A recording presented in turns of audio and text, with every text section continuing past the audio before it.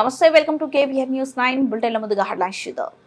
కులగణన సర్వేలో పాల్గొనని వారికి మరో అవకాశం. ఉప ముఖ్యమంత్రి భట్టి విక్రమార్క.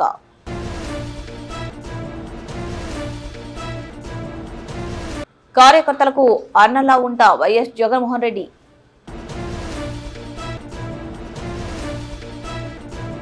ఆరోగ్యం, ఐశ్వర్యం, ఆనందకర సమాజమే లక్ష్యం. ముఖ్యమంత్రి చంద్రబాబు.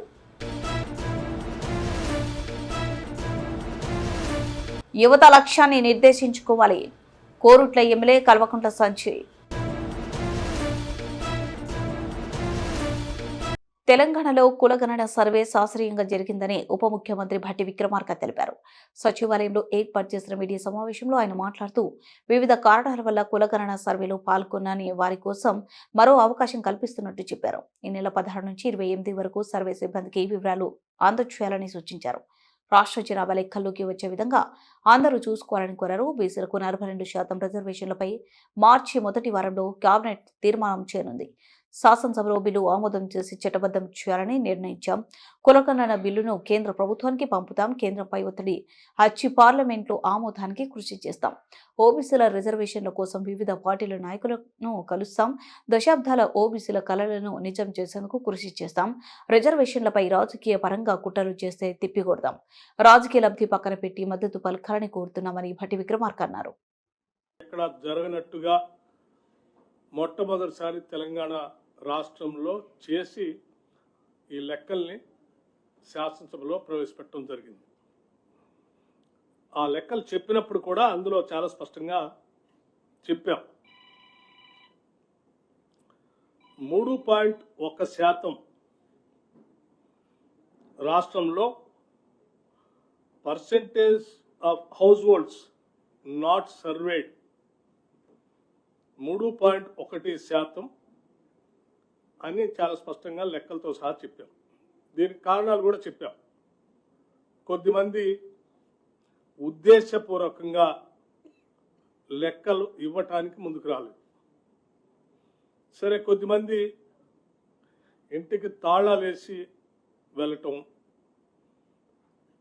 ఇట్లా జరిగినటువంటి ఈ సంఘటనల వల్ల 3.1% మిగిలిపోయారు అని చెప్పినప్పుడు కొంతమంది ఆ మిగిలిపోయినటువంటి వాళ్ళు ఎవరు అని అడిగితే కూడా లెక్కలతో సహా చెప్పాం. కేసీఆర్ గారు లాంటి వాళ్ళు, కేటీఆర్ గారు లాంటి వాళ్ళు, పల్లా రాజేశ్వర రెడ్డి గారు లాంటి వాళ్ళు కొద్దిమంది ఉద్దేశపూర్వకంగానే ఈ సర్వేకి సహకరించకుండా దూరం ఉన్నారు. అయినప్పటికీ లెక్కలన్నింటినీ సభలో పెట్టిన తర్వాత అటువంటి వారే గట్టిగా మాట్లాడి ఇలా మిగిలిపోయినటువంటి వాళ్ళకి మరొకసారి అవకాశం ఇవ్వచ్చు కదా, ఇస్తే మేము ఇస్తాం కదా అని సభలో బయట చెప్పడం జరిగింది. దీన్ని లోతుగా ఆలోచన చేసి రాష్ట్ర ప్రభుత్వం పరిశీలన చేసి ఆ మిగిలిపోయినటువంటి 3.1% ఏ హౌస్ హోల్డ్స్ ఎన్యూమరేషన్లోకి రాకుండా ఉన్నటువంటి వాళ్ళు ఈరోజు మేము ఇస్తామని ముందుకు వస్తూ ఉన్నారు. కాబట్టి వారి కోసం రాష్ట్ర ప్రభుత్వం మరొక్కసారి ఎన్యూమరేషన్ చేపించుకోవడానికి ఈ లెఫ్ట్ ఓవర్ ఫ్యామిలీస్కి ఫిబ్రవరి 16వ తారీఖు నుంచి 28వ తారీఖు వరకు ఒక అవకాశం ఇవ్వాలని చెప్పి నిర్ణయం చేసింది. ఇలా లెఫ్ట్ ఓవర్ మిగిలిపోయినటువంటి వాళ్ళు టోల్ ఫ్రీ నెంబర్ కూడా రాష్ట్ర ప్రభుత్వం నుంచి అనౌన్స్ చేస్తూ ఉన్నాం. మండల వారీగా, డివిజన్ వారీగా గతంలో ఏ రకంగా అయితే ఎన్యూమరేషన్ చేశామో ఆయా మండలాల్లో ఆ మండల్ డెవలప్మెంట్ అధికారి దగ్గర ప్రజాపాలన సందర్భంగా ఏర్పాటు చేసిన వ్యవస్థలో అక్కడ తిరిగి ఆ మిగిలిపోయినటువంటి వాళ్ళు ఎవరైనా వస్తే వచ్చి అక్కడ అప్లికేషన్స్ ఇవ్వచ్చు. అట్లాగే ఆన్లైన్లో కూడా దీన్ని ఉంచుతూ ఉన్నాం. 3 రకాలైనటువంటి మార్గాలు వెసులుబాటు కల్పిస్తూ ఉన్నాం. ఒకటి టోల్ ఫ్రీ ద్వారా వారు కాల్ చేస్తే వారి నెంబరు పర్టికులర్స్ ఇస్తే ఇంటికి వాళ్ళు వెళ్ళి ఎన్యూమరేట్ చేసుకుంటారు. వారికే వారు ఆయా మండలంలో ఉన్నటువంటి మండల కార్యాలయానికి వెళ్తే ఆ కార్యాలయంలో ప్రజావాణికి సంబంధించి ప్రజాపాలనకు సంబంధించినటువంటి అధికారిని ఇప్పటికే అక్కడ నియమించి ఉంచాం. అక్కడ కూడా చేసుకోవచ్చు. అట్లాగే ఆన్లైన్లో కూడా అప్లికేషన్ పెడతా ఉన్నాం, అది కూడా వాడుకోవచ్చు. ఇది సంపూర్ణంగా ఎప్పటికైనా విజ్ఞప్తి చేస్తూ ఉన్నాం కేసీఆర్ గారికి, కేటీఆర్ గారికి, ఇలా మిగిలిపోయినటువంటి వాళ్ళు ఎవరికైనా మరొక్కసారి అవకాశం ఇస్తా ఉన్నాం. మీరు ఈ రాష్ట్ర జనాభా లెక్కల్లో వచ్చేటట్టుగా చూసుకోండి. ఈ రాష్ట్ర జనాభా లెక్కల్లోకి మీ అందరిని రావాల్సిందిగా విజ్ఞప్తి చేస్తా ఉన్నాం. మరొకసారి అవకాశం ఇస్తున్నాం. లెక్కల్లోకి వచ్చి జనజీవన స్రవంతిలో కలిస్తే మంచిదని కూడా ప్రతి వైఎస్ఆర్సీపీ కార్యకర్త తరపున చంద్రబాబుకు చెబుతున్నా, మళ్లీ వచ్చేది జగన్ అన్న 2.0 పాలన. అన్యాయాలు చేసే వారిని ఎవరిని వదిలిపెట్టేది లేదు. తప్పు చేసిన వారిని చట్టం ముందు నిలబెడతాం. కార్యకర్తలకు అన్నలా ఉంటా అని వైఎస్ఆర్సీపీ అధ్యక్షుడు వైఎస్ జగన్మోహన్ రెడ్డి భరోసానిచ్చారు. ఉమ్మడి గుంటూరు జిల్లాకు చెందిన పార్టీ ప్రజాప్రతినిధులు, నేతలతో సమావేశంలో జగన్ 1.0 పాలనలో అధికారంలోకి వచ్చిన 9 నెలలు కాకముందే ఎప్పుడు చూడని విధంగా కోవిడ్ పరిస్థితుల మధ్య కాలం గడిపాం. తర్వాత 2.5 సంవత్సరాల కోవిడ్ మధ్య ఉన్నాం. ఆ టైంలో ప్రజలకు ఎలా తోడుగా ఉండాలనే తపనతో అడుగు వేశాం. అందుకే కార్యకర్తలకు చేయదగినంత చేయలేకపోయాం. ఈసారి జగన్ 2.0లో ప్రజలకు తోడుగా ఉంటూ కార్యకర్తలకు వంటగా వారి ఇంటికి అన్నలా ఉంటా. మార్చి నాటికి స్థానిక సంస్థలకు 4 ఏళ్ల పదవీ కాలం ముగియబోతుంది. తమ వాళ్లను పదవుల్లో కూర్చోబెట్టడానికి ప్రభుత్వంలో ఉన్నవాళ్ళు ప్రయత్నిస్తారు. మన వాళ్లను భయపెట్టడానికి, లొంగ తీసుకోవడానికి, ప్రలోభ పెట్టడానికి ప్రయత్నిస్తారు. ఇవన్నీ ఉన్నా మనం ధైర్యంగా ఉండాలి. ఎల్లకాలం ఇలా ఉండదు. చీకటి తర్వాత వెలుతురు రాక మనదు. రానున్న 3 సంవత్సరాలు మన క్యారెక్టరు కాపాడుకుందామన్నారు. మా నాయకుడు చెప్పిన ప్రతి మాట నెరవేర్చాడు, ఇతనే మా నాయకుడు అని చెప్పుకునే విధంగా, ప్రజలు గొప్పగా చెప్పుకునే విధంగా నాయకత్వం రావాలి. కార్యకర్త కాలర్ ఎగరేసి చెప్పుకునే విధంగా నాయకత్వం పెరగాలి, ఎదగాలి. ఇది వైఎస్ఆర్ కాంగ్రెస్ పార్టీ ఐడియాలజీ. దీనికి కట్టుబడినాం. ప్రజలకు గొప్ప పాలన అందించాం. రాబోయే రోజుల్లో ఈసారి ప్రజలు మన పాలన చూశారు, చంద్రబాబు నాయుడు పాలన చూశారు. మళ్ళీ వైఎస్ఆర్ కాంగ్రెస్ పార్టీ ఒకసారి ఎన్నికైతే ఈసారి మాత్రం వైఎస్ఆర్ కాంగ్రెస్ పార్టీని ప్రజలు పోగొట్టుకోకుండా మరో 30 సంవత్సరాలు కన్సిస్టెంట్గా మళ్ళీ అదే పాలన ఎన్నుకుంటారన్న నమ్మకం, విశ్వాసం నాకున్నాయి. చంద్రబాబు నాయుడు లాంటి వ్యక్తులు అనే మాట, బటన్లు ఏముంది, ముసలావిడ కూడా నొక్కుతుంది బటన్లు అని చెప్పి ఇదే మాట చంద్రబాబు నాయుడు అన్నాడు. మరి ఇదే చంద్రబాబు నాయుడు ఎందుకు బటన్లు నొక్కలేకపోతా ఉన్నాడు అని చెప్పి ఇదే చంద్రబాబు నాయుడిని ఈరోజు గ్రామంలో ఉన్న ప్రతి ఇంట్లో ఉన్న వ్యక్తులు కూడా ఈరోజు అడుగుతూ ఉన్నారు. మరి ఈరోజు ఏమంటా ఉన్నాడు, ఎంత మొహమాటం లేకుండా, ఎంత నిస్సిగ్గుగా ఏమంటా ఉన్నాడు, రహస్యం ఏదైనా ఉంటే చెవిలో చెప్పు అంటాడు. ఇంకా ఏమంటాడు, బటన్లు నొక్కిన జగన్ను పంపించినారు ప్రజలు, బటన్లు నొక్కిన కేజ్రీవాల్ను పంపించినారు, బటన్ల టైం అయిపోయింది అంటున్నాడు. అంటే మొహమాటం లేకుండా నిస్సిగ్గుగా ఇంత దారుణంగా అబద్ధాలు చెప్పి మోసం చేసి అధికారంలోకి వచ్చిన వ్యక్తిని, ఈ వ్యక్తిని చీటర్ అంటామా, 420 కేసు పెట్టాల్సిన కేసు కాదా ఇది అని చెప్పి అడుగుతా ఉన్నాం. మేము అందరం కలిసికట్టుగా ఈ ప్రభుత్వాన్ని గట్టిగా బంగాళాఖాతంలో కలిపే పరిస్థితిలోకి తీసుకొని పోవాలి. ఎన్నికలు అయిపోయాయి. దాదాపుగా 9 నెలలు కళ్ళు మూసుకొని కళ్ళు తెరిచేసరికి అప్పుడే 9 నెలలు గడిచిపోయింది.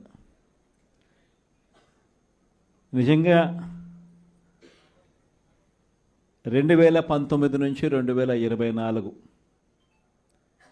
మన ప్రభుత్వం ఉన్నప్పుడు, అంటే వైఎస్ఆర్సీపీ జగన్ 1 పరిపాలన ఉన్నప్పుడు మనమంతా కూడా ఆ 5 ఏళ్ళు చరిత్రలో ఎప్పుడు చూడని విధంగా, ఇంతకుముందు ఎప్పుడైనా ఇది సాధ్యమేనా అని అనుకునే పరిస్థితి నుంచి కాదు, లేదు, ఇది సాధ్యం అవుతుంది అని చెప్పి చరిత్ర మార్చిన పాలన చూపించగలిగిన పాలన ఎక్కడైనా జరిగింది అని అంటే అది వైఎస్ఆర్ కాంగ్రెస్ పార్టీ పాలనలోనే మాత్రమే జరిగిందని చెప్తాను. ఈరోజు పరిస్థితి ఏమిటి అని చెప్పి ఒక్కసారి చూస్తే, నేను చెప్పిన ప్రతి అంశంలో కూడా ఒకవైపున సూపర్ 6 గాలికి ఎగిరిపోయింది, సూపర్ 7 గాలికి ఎగిరిపోయింది, ఎన్నికలప్పుడు చెప్పిన మేనిఫెస్టో చెత్తబుట్టలోకి వెళ్ళిపోయింది, ప్రజలకిచ్చిన మాటలు మోసాలుగా తేలిపోయాయి. మరోవైపున వ్యవస్థలన్నీ కూడా, ఇప్పుడు నేను చెప్పిన వ్యవస్థలన్నీ కూడా, విద్య, వైద్యం, వ్యవసాయం, గవర్నెన్స్, అన్ని వ్యవస్థలు కూడా తిరోగమనంలో కనిపిస్తూ ఉన్నాయి. కేవలం ఒకే ఒక వ్యక్తి మారాడు, ముఖ్యమంత్రి. ఒకే ఒక పార్టీ మారింది, వైఎస్ఆర్సీపీ పక్కకు పోయి టీడీపీ వచ్చింది. తేడా అంతే. ప్రతి వ్యవస్థ తిరోగమనం, ప్రజలకు అంతవరకు అందుతూ ఉన్న ప్రతి పథకం రద్దు, వీళ్ళు చేస్తామన్న ప్రతి పథకము మోసం, అబద్ధం.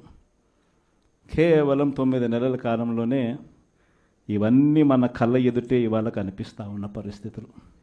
నేను అందుకనే చెప్తా ఉన్నా, ఈరోజు ఓడిపోయినా కూడా చెప్తా ఉన్నా, మనకి ఇంతకుముందు 50% ఓట్ షేర్ వచ్చింది. ఈ ఎన్నికలు అయిపోయేసరికి మన ఓట్ షేర్ 40%. ఒక 10% ఓట్ షేర్ మనకు రావాల్సింది రాకుండా పోయింది. కారణం, ఆ రోజు కేవలం మీ జగన్ అబద్ధాలు చెప్పలేకపోయాడు, అదొక్కటే కారణం. కానీ నేను చెప్తా ఉన్నా, మీ జగన్ అబద్ధాలు చెప్పలేకపోయాడు కాబట్టి అధికారానికి మనం దూరం అయ్యాం. కానీ అధికారానికి దూరం అయినా కూడా మీ జగన్ మీ గుండెల్లోనూ మీ మనసుల్లోనూ లీడర్ అంటే ఇలా ఉండాలి అని చెప్పి మాత్రం ముద్ర వేయగలిగాడు. కారణం ఏమిటంటే, సైన్స్కు సాంకేతిక పరిజ్ఞానం జోడిస్తే అద్భుతాలు సృష్టించవచ్చని ముఖ్యమంత్రి చంద్రబాబు పేర్కొన్నారు. ఆరోగ్యం, ఐశ్వర్యం, ఆనందకరమైన సమాజ నిర్మాణమే లక్ష్యంగా స్వర్ణాంధ్ర సాధన దిశగా కూటమి ప్రభుత్వం ప్రణాళిక రూపొందిస్తుందన్నారు. గుంటూరులో కిమ్స్ శిఖర ఆసుపత్రిని ఆయన ప్రారంభించారు. 2000 సంవత్సరంలో తొలి కిమ్స్ ఆసుపత్రిని తాను ప్రారంభించారని, 25,000 కోట్ల స్థాయికి ఆ గ్రూప్ ఎదిగిందన్నారు. ఏపీ, తెలంగాణ, కర్ణాటక, మహారాష్ట్ర, కేరళలో కిమ్స్ సేవలు అందిస్తుందని చెప్పారు. చెప్పిన మాటలు చేసి చూపిస్తేనే విశ్వసనీయత వస్తుందని, అందుకు కిమ్స్ భాస్కర్ రావు నిదర్శనమన్నారు. ఆరోగ్య రంగంలో డేటా కింగ్ ఆయన ఆవిర్భవిస్తారని అభిప్రాయపడ్డారు. 10,000 మంది ఉద్యోగులకు కిమ్స్ యాజమాన్యం షేర్లు ఇచ్చి వారిని తమతో కలుపుకొని ముందుకెళ్లినందుకే ఆ సంస్థ ప్రతిష్టాత్మకంగా ఎదిగిందన్నారు. అధునాతన సాంకేతికతతో కార్డియాలజీ, ఆంకాలజీ, గ్యాస్ట్రో ఎంటరాలజీ, అవయవ మార్పిడి సహా 25 సూపర్ స్పెషాలిటీ వైద్య సేవలు అందిస్తున్నారన్నారు. మోకాల మార్పిడి కోసం రోబోటిక్ విధానం, అదనపు రేడియేషన్ ప్రమాదం లేకుండా మెడికల్ టెక్నాలజీ తెచ్చారని తెలిపారు. నాలెడ్జ్ అనేది డాక్టర్సే ప్రొవైడ్ చేయగలుగుతారు. అదే సమయంలో టెక్నాలజీ వచ్చింది. ఈరోజు నేను కూడా ఒక పిలిపిచ్చాను అందరికీ. ప్రతి ఒక్క వ్యక్తి రాష్ట్రంలో ఒకప్పుడు 95లో నేను చెప్పేవాడిని, ప్రతి ఒక్క కుటుంబానికి ఒక ఇన్ఫర్మేషన్ టెక్నాలజీ చదువుకున్న వ్యక్తి ఉండాలని, భవిష్యత్తును మారుస్తుందని 95 నుంచి చెప్పాను. ఈరోజు ఆ రోజు నేను ఇచ్చిన పిలుపు ఈరోజు మీరు చూస్తే ప్రపంచంలోనే ఎక్కువ ఆదాయం ఎవరికి వస్తుందంటే భారతీయులకు వస్తుంది. అందులో మొదటి స్థానంలో ఎవరున్నారంటే తెలుగు జాతి ఉన్నారని చెప్పి మరొకసారి గుర్తు చేస్తున్నాను. 95 నేను మాట్లాడింది ఐటీ మాట్లాడారు. ఈరోజు నేను మాట్లాడేది ఏఐ మాట్లాడుతున్నా, ఆర్టిఫిషియల్ ఇంటెలిజెన్స్ మాట్లాడుతున్నా. ప్రతి ఒక్క వ్యక్తి ఏఐ ఉపయోగించుకోవాలి, లేకపోతే ఏఐ ద్వారా యూస్ కేసెస్ తయారు చేసే సామర్థ్యాన్ని పెంచుకోవాలి. ఇదేం పెద్ద బ్రహ్మ విద్య ఏం కాదు. మన పిల్లలందరూ బాగా తయారయ్యారు. ప్రపంచాన్ని శాసించబోయేది భవిష్యత్తులో ఏఐ శాసిస్తుంది. ఆ విషయం కూడా మీరు గుర్తుపెట్టుకోవాల్సిన అవసరం ఉంది. ఈరోజు మీరు ఒకసారి చూస్తే ఇక్కడ ఉండే హాస్పిటల్లో కూడా ఒక 20కి పైగా అతి కీలకమైన వైద్య సేవలు అందిస్తున్నారు. నేను అందుకే డాక్టర్స్ అందరూ మీరు ఇక్కడ ఉన్నారు. డేటా అనేది నెట్వర్క్ హాస్పిటల్స్ కాబట్టి దేశం మొత్తం అనేకమైన డిసీజులకు కావలసిన డేటా అంతా కూడా హిస్టారికల్ డేటా ఉంటుంది. భవిష్యత్తులో ఒక హాస్పిటల్దే కాదు సంపద. భాస్కర్ రావు కిమ్స్లో మీరు చూస్తే దేశంలో ఎవ్వరి దగ్గర లేని డేటా, ప్రపంచంలో ఎవ్వరి దగ్గర లేని డేటా కిమ్స్ దగ్గర ఉంటుంది. డేటా వెల్త్ అని చెప్పి మీ అందరికి తెలియజేస్తున్నా. రేపు రాబోయే రోజుల్లో సంపద మన దగ్గర ఎన్ని కోట్లు ఉన్నాయని కాదు, నా హాస్పిటల్ ఈరోజు మార్కెట్ వాల్యూ ఎంత ఉందని కాదు, నా దగ్గర ఎంత డేటా ఉంటే ఆ డేటాను ఉపయోగించుకుని ఆర్టిఫిషియల్ ఇంటెలిజెన్స్ చేస్తే నిర్ణయాలు 100% పర్ఫెక్ట్గా వస్తాయి. నిర్ణయాలు సరిగా ఉంటే డబ్బులు సంపాదించడం చాలా సులభం అవుతుందని చెప్పి కూడా నేను మీకు తెలియజేస్తున్నా. అతి తొందరలోనే డేటా కింగ్గా హెల్త్లో భాస్కర్ రావు తయారు కాబోతున్నాడని చెప్పి కూడా నేను మీకు తెలియజేస్తున్నా. అంటే ఒకసారి డేటా వచ్చిన తర్వాత ఇంకొక పక్కన మీరు చూస్తే రియల్ టైం డేటా అన్ని ఐఓటీలు వచ్చేసాయి, వేరబుల్స్ వచ్చేసాయి. ఈరోజు హాస్పిటల్లో డాక్టర్లు కూడా మీరు చూస్తే ఆపరేషన్ చేస్తా ఉంటే ఏఐ ద్వారా మీకు మొత్తం గైడ్ చేసే పరిస్థితికి వచ్చింది. నువ్వు ఇక్కడ తప్పు చేస్తున్నావు, ఇది కరెక్ట్గా చేయి, ఇక్కడే ప్రేషన్ ఉంది, ఇక్కడ చేయాలని చెప్పి మిమ్మల్ని గైడ్ చేసే పరిస్థితికి వస్తూ ఉంది. దీనివల్ల ఏం జరుగుతుందని మీరు ఆలోచిస్తే ఈ డేటా, ఈ యొక్క గైడెన్స్ వల్ల మామూలు డాక్టర్ కూడా ఎక్స్ట్రాడినరీ ఆపరేషన్ చేసే పరిస్థితికి వస్తున్నాడు. అలాంటి నాలెడ్జ్ వచ్చేది మనం గుర్తుపెట్టుకోవాల్సిన అవసరం ఉంది. అందుకే నేను ఒకటే చెప్తున్నా, డెడ్లీ కాంబినేషన్ టెక్నాలజీస్ అన్నీ కూడా సౌండ్గా వచ్చాయి. ఇంకొక పక్క నాలెడ్జ్ కూడా మెచ్యూరిటీ వచ్చింది, డేటా కూడా వచ్చే పరిస్థితి వచ్చింది. రియల్ టైం అప్లికేషన్ చేయడానికి ఆర్టిఫిషియల్ ఇంటెలిజెన్స్ కానీ, మళ్ళీ ఆర్టిఫిషియల్ ఇంటెలిజెన్స్ ద్వారా మీరు ఎక్కడున్నా మీకు నాలెడ్జ్ ప్రొవైడ్ చేయడం రియల్ టైంలో జరిగే పరిస్థితి వచ్చింది. అందుకే భవిష్యత్తులో భారతీయులు నాకు ఏమాత్రం మనం లేదు, అద్భుతాలు సృష్టించబోతున్నారని మరొక్కసారి ఈ సభలో మీ అందరికీ విజ్ఞప్తి చేస్తున్నా. అయితే దీనికి కావాల్సింది మనమందరం కూడా ఆ డైరెక్షన్లో ఆలోచించాలి. ఒకప్పుడు హాస్పిటల్ లేని పరిస్థితి. 82 మా ఫాదర్ ఇన్ లా గౌరవనీయులు ఎన్టీ రామారావు గారు, ఆ రోజు ఆయన ఆపరేషన్ చేసుకోవాలంటే అమెరికాకు పోయి హార్ట్ ఆపరేషన్ చేసుకొని వచ్చాడు. అదే మారుగా మా అత్తగారు అయినటువంటి వసతారం గారిని చూస్తే ఆవిడ క్యాన్సర్ వస్తే ఆ రోజు 2 హాస్పిటల్, ఒకటి బాంబేలో ఒక హాస్పిటల్ ఉండేది టాటా, రెండోది అడయారులో ఒకటి. ఈరోజు మీరు చూస్తా ఉంటే క్యాన్సర్ కోసం అనేక హాస్పిటల్ వచ్చాయి. అదే ఎన్టీ రామారావు గారి కోరిక, ఆవిడ పేరుతో ఒక హాస్పిటల్ పెట్టాలని చెప్పి బసవ తారకం క్యాన్సర్ హాస్పిటల్ ఆ రోజు ప్రారంభించారు. ఈరోజు బాలకృష్ణ గారు హాస్పిటల్ సమర్థవంతంగా నిర్వహించే పరిస్థితికి వచ్చాడు. నేను ఎందుకు ఆ మాట చెప్పానంటే ఈరోజు అన్ని హాస్పిటల్స్లో ఈరోజు ఎక్కడికక్కడ మన వాళ్ళు. మేటపల్లిలోని అంబేద్కర్ స్టేడియంలో ఎమ్మెల్యే సంజయ్ ఆధ్వర్యంలో జరిగిన ఎంపీఎల్ సీజన్ 3 క్రికెట్ టోర్నమెంట్ విజేతలుగా నిలిచిన క్రికెట్ జట్టుకు బహుమతులు ప్రధానోత్సవంలో పాల్గొన్న కోరుట్ల ఎమ్మెల్యే కల్వకుంట్ల సంజయ్. మేటపల్లిలో జనవరి 1వ తేదీన ప్రారంభమైన ఎంపీఎల్ సీజన్ 3 క్రికెట్ టోర్నమెంట్లో 9 టీంలు పోటీ పడగా ఈ రోజు జరిగిన ఫైనల్ మ్యాచ్ పోటీలో బహుమతులు ప్రధానోత్సవంలో పాల్గొన్న కోరుట్ల ఎమ్మెల్యే సంజయ్ కుమార్ హాజరై విజేతలుగా నిలిచిన ఎస్ఆర్జే క్రికెట్ జట్టుకు రన్నర్గా నిలిచిన రాహుల్ స్టిక్కర్స్ క్రికెట్ జట్లకు బహుమతులు ప్రదానం చేయడం జరిగింది.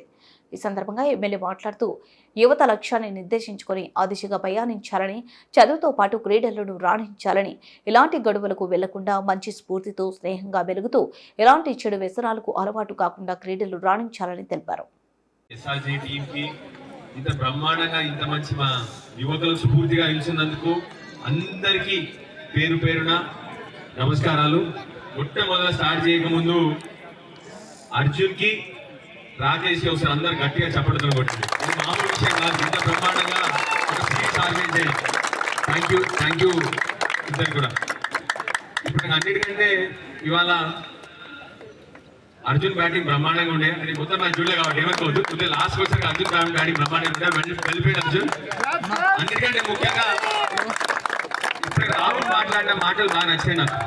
అందరు విన్నారు కదా, ఏమన్నాడు? ఎవరు గెలిచినా పర్లేదు, మనందరం కలిసి గెలిచినామని చెప్పాడు. అది మన స్ఫూర్తి. ఎప్పుడు అదే స్ఫూర్తితో క్రికెట్ ఆడాలి మనందరం కూడా. దానికి తోడు గంగాధర్ సార్ కూడా మంచి మాట చెప్పిండు. ఏం చెప్పిండు? ఈ క్రికెట్ శారీరక, మానసిక, సామాజిక, సాంఘిక అంటే అర్థమైందా? అంటే దీంట్లో బలమే కాకుండా మన మైండ్ బలం పెరుగుతుంది. దానికి తోడు సమాజంలో ఉండే మనందరం కూడా యూనిటీ పెరుగుతుంది అని చెప్పారు సార్. ఇంత మంచిగా క్రికెట్ ఆడినందుకు మీ అందరికి మళ్ళీ ధన్యవాదాలు తెలియజేస్తూ ఇంకో చిన్న విషయం చెప్పాలి. మీ అందరు కూడా ఆనందంగా ఉంది. 200 మంది వాళ్ళ గ్రౌండ్ ఉన్నది. నాకు నిజంగా చాలా ఆనందంగా ఉంది. 200 మంది పిల్లగాళ్ళు. మీకు తెలుసు కదా, ప్రపంచంలో 30 ఏళ్ల వయసు లోపల అత్యధికంగా యువకులు ఏ దేశంలో తెలుసా మీకు? భారతదేశంలో ఉన్నారు. అట్లా మన భారతదేశంలో ఎక్కువ మంది యువకులు కాబట్టి అందరు గ్రౌండ్ లో ఉంటే ఆనందం. ఎందుకు చెప్తున్నా అంటే, నిన్న పాపం ఒక జర్నలిస్ట్, అంటే ఒక 3 రోజుల క్రితం జరిగింది, నిన్న చూడడానికి పోయినాను. ఆ జర్నలిస్ట్ దగ్గర పోతే కాలు విరిగిపోయినాను పాపం. మన మెట్పల్లి ఎట్లా అయింది యాక్సిడెంట్ అంటే, ఎవరో 2 పిల్లగాళ్ళు గాంజా దాగి వచ్చి ఉద్దేశించారు. సో మీ అందరి నుంచి కోరేది, ఇక్కడ ఉన్న వాళ్ళందరూ క్రీడాకారులు, మంచి పిల్లలు, మీ అందరినీ కోరేది ఒకటే. మీకు తెలిసిన మిత్రులు ఉంటారు, ఒకరో ఇద్దరు ఎక్కడో చెడిపోయిన వాళ్ళు ఉంటారు. సో దయచేసి మీతో కోరేందంటే వాళ్ళని కూడా మన సమాజంలో తీసుకురండి అని చెప్పి అందరినీ కోరుతా ఉన్నాను. దానికి బుట్ట ముగించే ముందు హెడ్లైన్స్ మరోసారి. కులగణన సర్వేలో పాల్గొనని వారికి మరో అవకాశం, ఉప ముఖ్యమంత్రి భట్టి విక్రమార్క.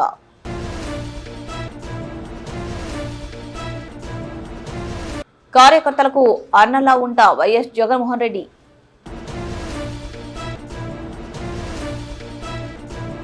ఆరోగ్యం, ఐశ్వర్యం, ఆనందకర సమాజమే లక్ష్యం, ముఖ్యమంత్రి చంద్రబాబు.